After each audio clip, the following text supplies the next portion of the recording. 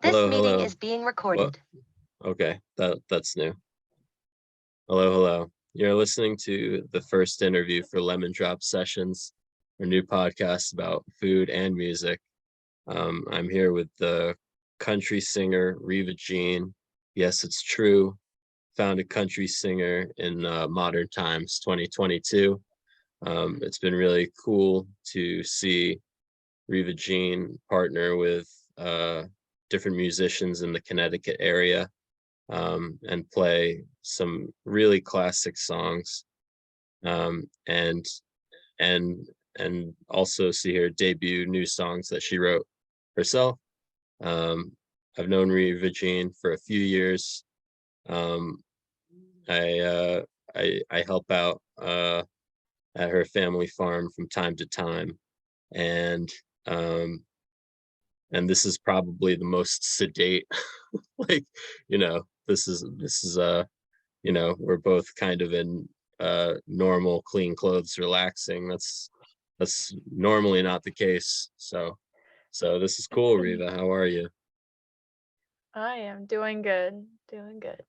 Good, good. So Riva Jean has really been beating the pavement um, with her music, and I've seen a few of her live performances.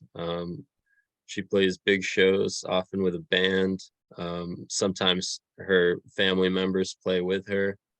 Um, and I have to say, the turnout for some of these live shows is pretty impressive. You know, it's really cool. She just played the Bridgewater Fair in Bridgewater, Connecticut, on the main stage there.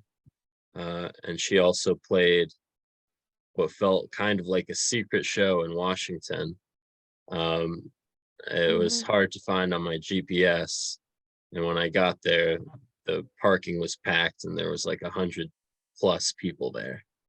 Um, and that was actually this show in Washington. Riva, I hope I did an okay intro. I guess we're pretty much jumping right in. Um, that show you played in Washington, there really were like 100 people there. This entire green space was filled with picnic blankets and everything of the like. Um, People came by after the show to drop money into the tip jar.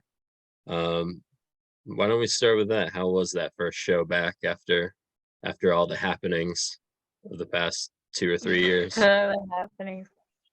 It was good. It was um very rewarding to see so many familiar faces that had been following me around locally to some of my gigs, and to see them come back after everything was kind of press pause in the regards, especially of the music field where people couldn't play Yeah, out anymore. To come back for that show was awesome. To just see all these faces that came out of the woodwork. So that was probably my favorite part of that gig. It was also one of the best paying gigs I've ever done because yeah, people tipped so well, and I didn't get paid for that gig. I only got paid tips. I yeah, think. Yeah, I think it's only tips. Anyway, but it yeah. was so Well, you great. had a good tip jar, I'll say. You had the tip jar. It was like the size of like one of those like cheese ball like things, like and and also it was on a cool table. It's like normally when I see a tip jar, it's like a jar like this. I'm holding up a mason jar right now, and it's like and then the thing that says tips is written on the wrong side. That's like not even Yeah, facing the audience. right. It's those little things, they add up, I have to say. um Yeah. and so um you know uh I have to say, I'm not the most observant person, but I think I did actually see your first show ever. I mean, like, I remember you talking about sort of debating what you were going to do with these songs you were writing, and wondering if you were, going to take this stuff further or not. I'm a supporter of the local arts, so I was very pro, and then you started. Did you start with those open mics at Molten Java in Bethel, or were you playing elsewhere before that? Yeah, it's kind of it just all spiraled so quickly. I think the very first open mic I went to was maybe the Makery co-working place that I think is no Right, longer there on Bank Street in Milford. But if it right. wasn't that, it was Molten Java. And then I kind of kept going back and forth between those two regularly. And then of Mhm. course, the one at Hunt Hill Hunt Hill, Farm, which is Hunt Hill. also no longer the same venue anymore. That was Yeah, an amazing, like, I don't right. believe in magic, but that was so it's one of those things that you're like, you can never it's like a golden age. Yeah, You can never have all those same, characters, personalities, just the warmth that everybody had, the acoustics in the room, the sound system, the guy managing it. It was just yeah, perfect. So perfect. yeah. And, I loved the open mic format too. It was cabaret. So, man, that just like Wow. really started my music journey there. You know, I I shouldn't say it started it, but it really like that was, me diving off the board into the sea of Yeah, just the world really opened up with that open mic, um, that's a great, and I use um open mics to my yeah, advantage to learn so many things. that was great, Riva, that was awesome. I'm gonna sort of map out our world here. So yeah, a lot of Riva's shows are in New Milford, Connecticut. It's true. We had this awesome open mic that I rarely got to see. Set up in Hunt Hill. Um, I don't know. I'm kind of fudging the details. I did not get to Hunt Hill. I really I didn't make it out, and I was hearing great things about it, and I guess I started to hope that I'd be able to catch it later, you know? Right, Maybe, yep, I thought it would sort of keep growing and developing. And by the way, yeah, Makery Co-working, Hunt Hill, they've either sort of switched up what they're doing or, sort of had to close or remodel or what have you. But yep, Hunt Hill was starting to get some really cool acts to come through. And actually, Makery yeah, Co-working noticed Hunt Hill and so then they wanted music as well. Um, yep, and that's a really cool guy over at Makery Co-working. He's affiliated with Litchfield Distillery, the whiskey company that also does maple syrup and vodka. Litchfield Distillery. Go ahead and check them out because they help out a good few people around here. They have a model of hard work similar to Riva and her family. Um, that's great. Makery Co-working, Hunt Hill, these places in Washington, Bridgewater Fair, and you've played a few shows in New York, if I'm not mistaken. Oops. that off the top of my head, I can't even tell you. I know I had one booked for a really cool venue in the city where, like, Bob Dylan had played and stuff, and I don't know wow, what's it Oh, called? I can't even remember. not Bitter the something, Gaslight. but Bitter anyway, End. of course Bitter End. That's right. Yeah, Bitter what? End. Bitter End, yeah, It's yeah, the and then Bitter that End. got canceled, of course. Yeah, The Bitter End, that got canceled because of the thing. the thing. And, anyway, yeah, now that I think about I my would New watch York that days. movie if they, you know, what was ultimately a very boring event in real life. Maybe if they retitled it The Right. Thing, it would be a little, you know, just like the slowest ever horror Oh, movie. oh my goodness, So, yeah. The Bitter End is some really cool trivia. As I'm talking to Riva, the Lemon Drop Sessions is about to release its first episode. I actually have to run it through a file converter to to make it to take it from a video to an MP4. Uh, just showing how the sausage gets made real quick. But yeah, so it's about 8 p.m. now, and we're hoping to release the first episode for sort of a late night release, 11:30 Thursday, September 29th. I hope Lemon Drop Sessions go as well. Been waiting to talk to musicians like Riva and others for a while. It's cool that we have this platform. Um, And in that first episode, long story short, we tried to talk a lot about Bob Dylan's long and awesome career. And what a segue we have now, because at that Washington show, Riva, you covered "Don't Think Twice, It's All Right," and Yeah. that is absolutely one of my favorite Dylan songs. Um, how did you pick that one from a catalog of 30 some odd albums? Actually, I think that was like my first exposure to Bob Dylan. Like, I kind of have Right. lived under a rock culturally, growing up, so I'm like really getting into discovering names and like, oh, I know a melody, but I don't know who sang it. Yeah. So it was on one of my trips that I met a kid named Dylan in Asheville, and Right. he knows like all the Bob Dylan, and so he taught me that one. And my version is basically a ballad version of what he would sing, but I would sing the harmony. So what I decided to sing for my melody is the harmony I would sing with this guy Dylan. Anyway, Mm, and then mhm. when I went to Nashville right after meeting him in Asheville, he's a multi-instrumentalist.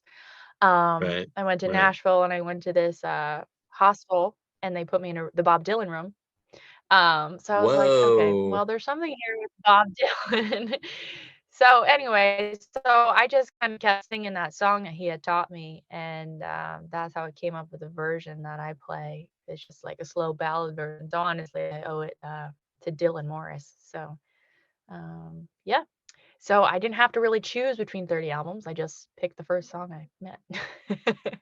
That's great. That's awesome. I mean, honestly, the way I ultimately was introduced, well, I guess I had a few different introductions into Dylan. That's a big deep dive though. I think I might try and do a imperfect segue and maybe start asking you about this new album you've been working on.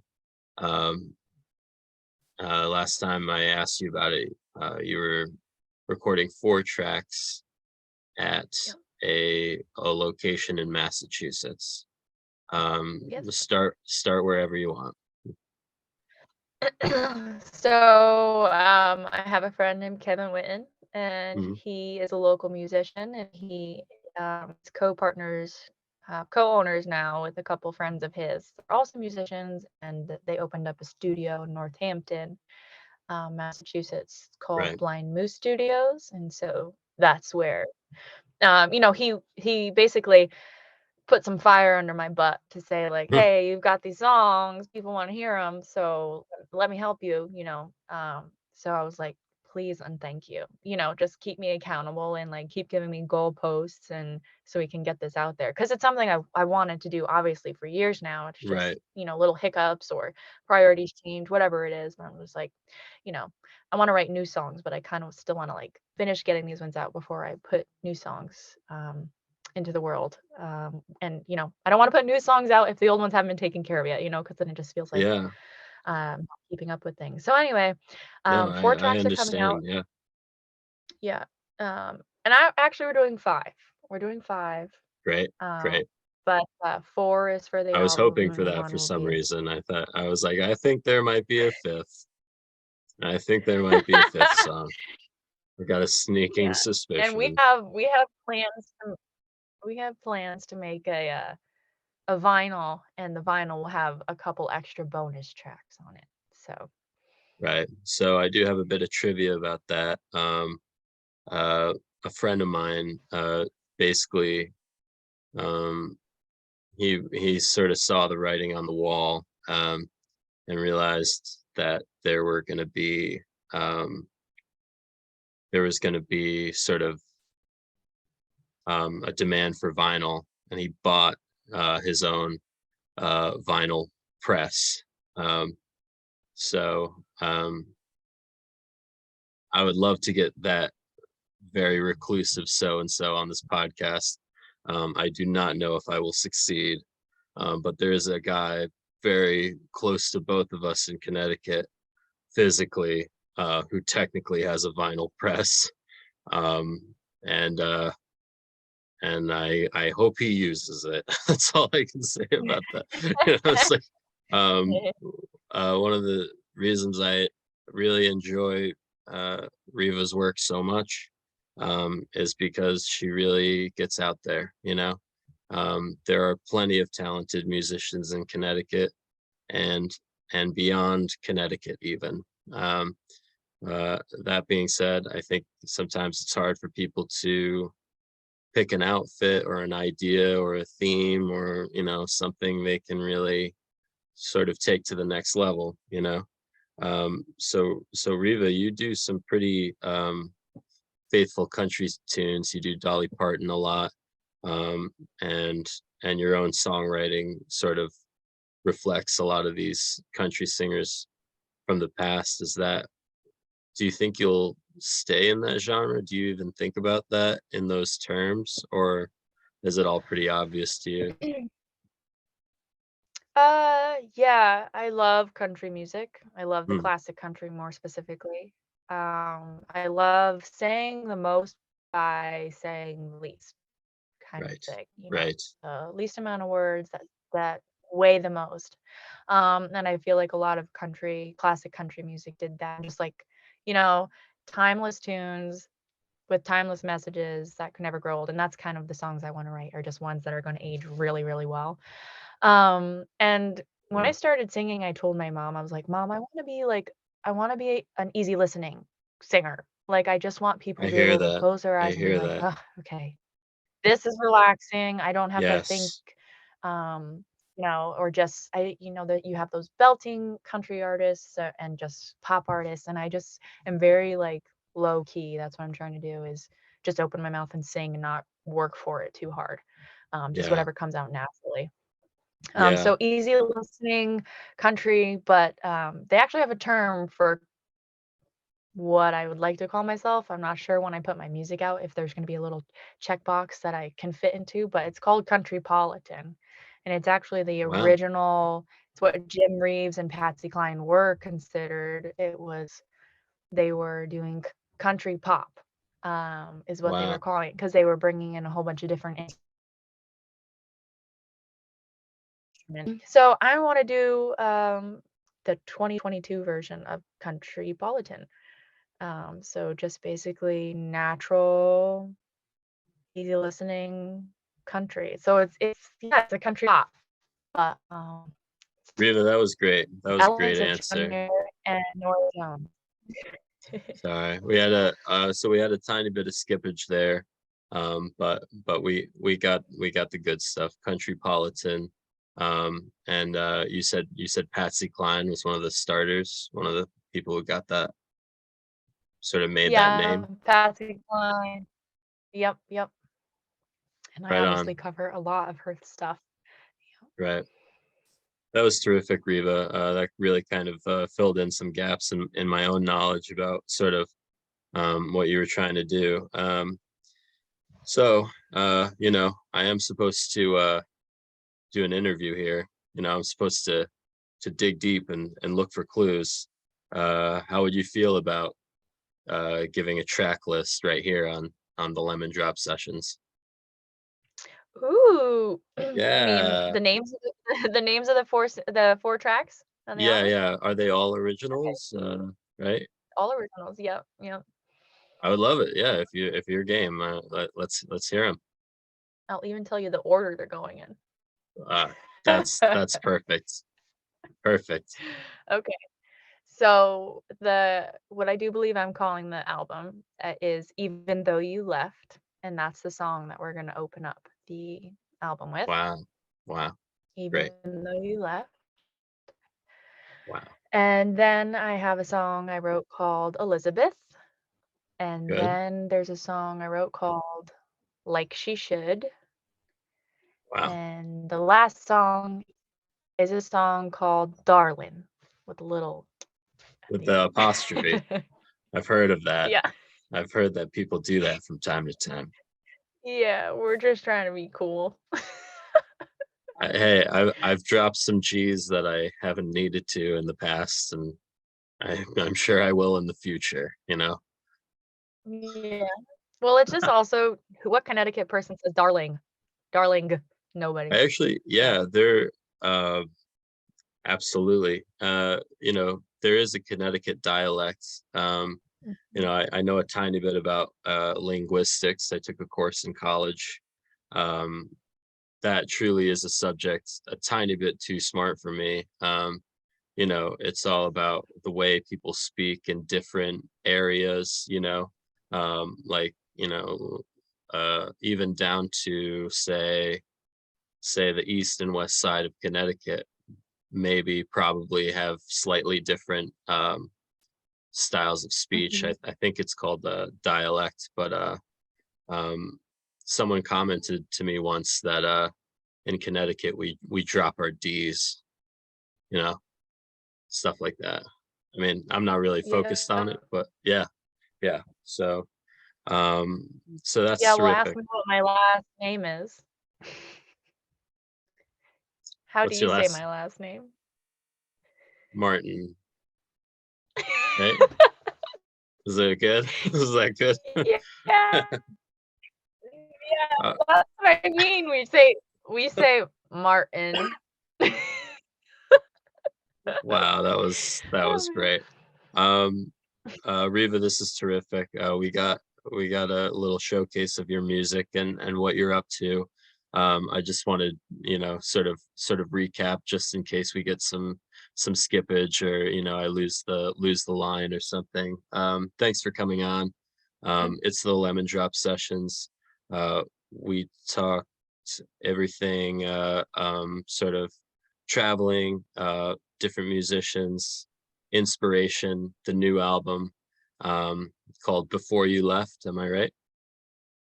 Even though you left. Even though you left, even though you left. Wow, that's some memory I have there. Can't even put together a few words from 5 minutes ago. Um, okay. So, um, part of the Lemon Drop Sessions, uh, we try to pair this whole music outfit we're doing with food, and also for fun we do a little um, we try to reference some genre pictures from the world of sci-fi, fantasy, action, adventure, and the like. I know we're finally getting into fall, and a lot of our listeners are probably in a Lord of the Rings type of mood. And we will get to the Lord of the Rings. That will be another time. Also, if we have some musicians on the line listening, we're trying to really do something here. Um, we would love to talk to musicians with other musicians on the line from time to time. So, Riva, you'd be very welcome back. If you hear about somebody interesting coming on, you want to hang out Mhm. again, that'd be very cool. So let's start with the food. We're trying to do some film work to tie in with our podcast. Um, and so I did ask Riva hypothetically, um, where we could go, because we have this idea. This is a real sneak peek of sort of interviewing musicians on the go. Um, I would love to do it, and you know, for our listeners, anytime we're trying to sell a sweatshirt or a CD or what have you, it's really in the name of getting to showcase these musicians and get out and about with some film equipment and the like. So Riva, you recommended a place in Bethel, actually, where my co-host hails from. Um, Mhm. it was called it has a drive-in vibe, right? Yeah, I think it's called the Sycamore. Maybe it's the It's, Sycamore Diner, but I think it's a Sycamore. I'm Yeah. gonna double check. Really, like, Yeah. I kinda wanna Google how old it is right now because I think I remember it being, like, something profound. Right, right. I went in I'll there do it. once and I had a chocolate malt milkshake. I've always wanted to do that. Whoa, whoa, that is great. Sycamore Drive. Yep. Yep, there it is. The Sycamore Drive van. Greenwood Avenue in Bethel, CT, not far from Molten Java. Right. Uh, Landmark joint with curb service and a 50s vibe, serving steak burgers, fried, and house-made root beer. Big shout out to the Sycamore Drive-In. I hope the music has just gone crazy in the past few months, and I hope you guys get some hungry banjo players and some hungry drummers, some hungry guitar players, some hungry flutists, some hungry what's another one? Some hungry violinists, some hungry one-man banders, and Pedal steel players. oh, that's great, Riva. I was about to Yes, I was about to please. call it. I was like, don't kill this joke, Will. And but like but you came in clutch with the pedal steel players. There's steel guitar. Riva, you were gonna maybe learn a bit of steel guitar, something like that? Am I wrong? Oh, no, I would love to, but there's pedal steel on my album. A guy named Neil Jones that I met in Nashville is playing on it, and he actually tours with American Aquarium. Oh wow. Anyway, excellent. I'm so excited for one of the solos that he does in my what is it called? The title track song, Even Though You Left. It's like, like, oh my goodness, I just want to dance to it every time I hear it. So, yeah, all Wow. about the pedal steel, but there's not too many players that I don't know any pedal steel players right now personally in Connecticut. So I went to Nashville for it and it was worth it. That's where it's at, Riva. I'm really happy for you.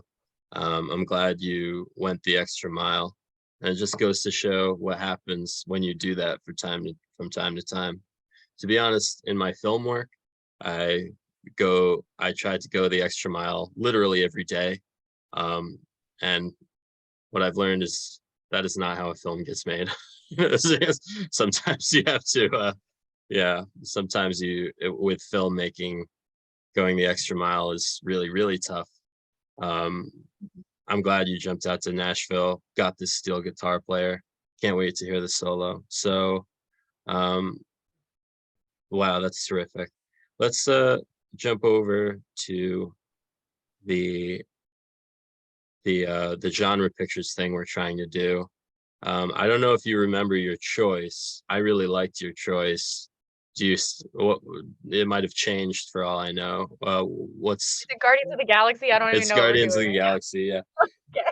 Yeah, sure. That's Spoiler fine. alert, your choice was Guardians of the Galaxy. Oh, sorry. Um, no, I'm joking, I'm joking. So Guardians of the Galaxy, I've had a few talks about that with my co-host Jeff. The soundtrack for that, they sort of reached back in time and picked all these sort of hits from the 70s, you know, and this is this is on record. Like I can't remember which, because I've done a few recordings with Jeff, but he did. We sort of had this great conversation about the Guardians of the Galaxy soundtrack, and you know, it's like we knew those songs. We'd heard them before, but Yeah. it's not like we had ever thought we would see them in a science fiction film, no less. Right, Um, right, right. so that was a really cool surprise. And actually, again, I usually see Riva when I'm helping out at this farm, and in one of our relaxed moments, I put on a few songs from Guardians of the Galaxy, to the soundtrack for Volume One. Um, that was such a neat idea by those people, and as far as I know, Yeah. it's the first time it's been done to that degree, a science fiction film with that that isn't from the 70s, that is all 70s music in the soundtrack. Right, right, right. Right, right, right. Yeah. That was It great, was Riva. very clever and very well done. Yeah. Yeah, that was a real home run. I don't know. I think you pretty much nailed it. I think Can I you can just I add knocked to it can out I of the add park. to why also I love that so much? Please do. Yeah. Okay, so when I think it's one of the first songs on the soundtrack, maybe Hooked on a Feeling. Yes. Yep. Anyway, so I grew up knowing the version by BJ Thomas, I Wow. think maybe he was the first one who did it, but I saw him when I was little play at the Bethlehem Fair. And usually a big name like that wouldn't come through the fair, but my aunt was like his groupie. She was a double amputee. She had like Wow. spina bifida, kidney issues, Wow. fighting through her whole life with a really good head on her shoulders. Yeah. And she would just tour all over the country to follow BJ Thomas and his band. So she pulled some strings since she lived in Bethlehem, Connecticut at the time, and got BJ Thomas to come headline at the fair. And you should have seen the crowd Wow. there. That was crazy. Anyway, Right. so we heard "What I'm Feeling." And so, she's no longer with us, but to hear that song in one of my favorite movies, sci-fi movies anyway, Right. it was just awesome. It was so good. Right. Right. Yeah. Right. So, this has been really something, really, since I've started this podcast reboot. Everything is kind of coming up roses. The questions are crisp. The answers are florid. Um, the guests are groovy. So we really got something here, Riva. So I'll just dig for a little more gold, and then I'll let you go, get some sleep and all that. Um, Mhm.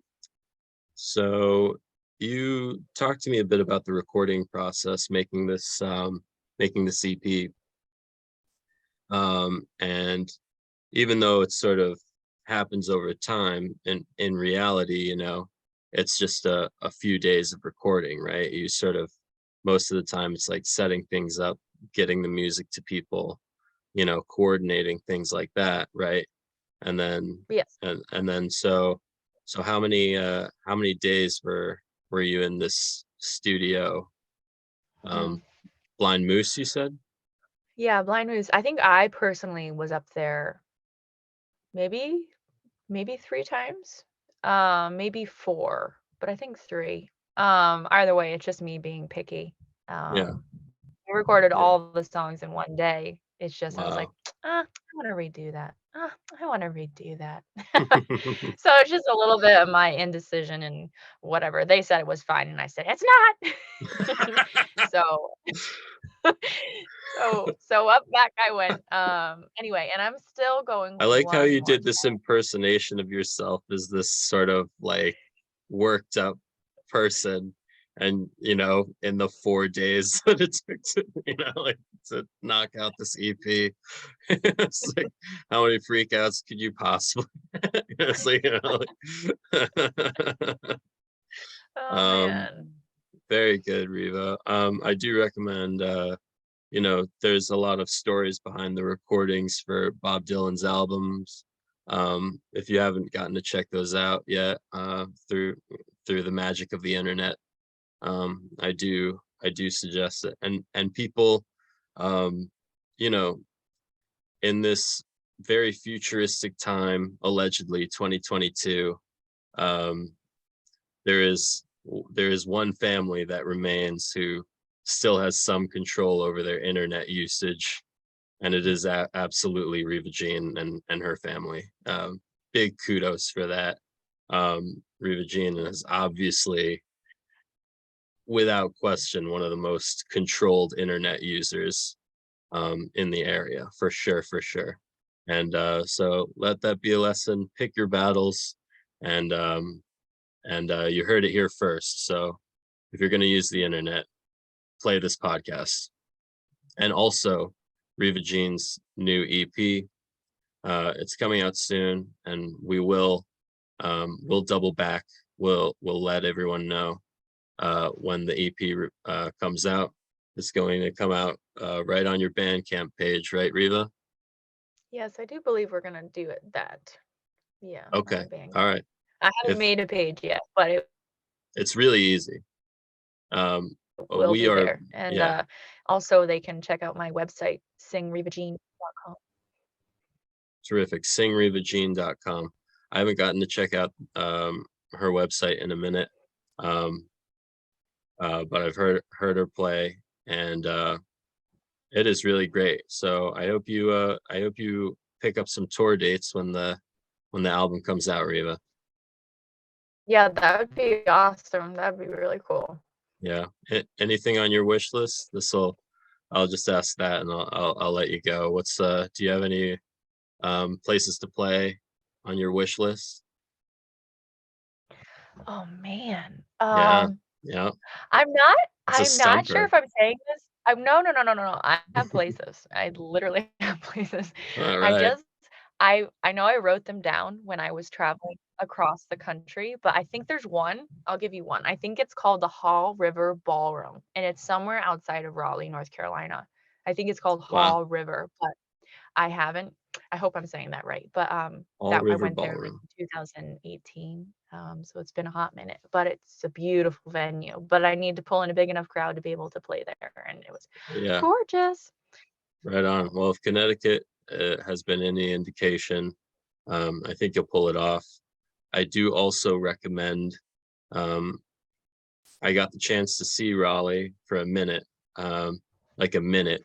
Uh, I sort of I was meeting my friend Ben for the first time in a while. Got off the uh, got off the plane in Raleigh, North Carolina. I'm not a jet setter, but I did take a one flight in 2021 to Raleigh, and my buddy Ben picked me up and took me right away to Richmond, Virginia. Um, you've got to check it out, Riva, if you haven't been. There are plenty of places to play, and uh, it is an insanely scooter accessible city. There are Uber scooters like everywhere, all over Richmond. And Oh man, we kind of wandered in there sort of on a weekend, maybe around winter time, so the music wasn't really hopping, but we went into some random place and like a smoke shop type thing, and somebody was doing a DJ set, and I was really blown away by sort of there was like a jazz feel, Mhm. people were hit, hitting the streets and running around and doing cool stuff. So shout out to Richmond, Virginia. Riva, I hope you touch down there soon. Um, we're gonna close it up, people. It's the Lemon Drop Sessions. Riva, thank you so much for coming on. You You're you know, I'm not really a critic, but I think you just destroyed the podcast game. You know, welcome. it's Okay. you did awesome. So thanks very much, Thanks. everyone. We'll see you Thanks. next time.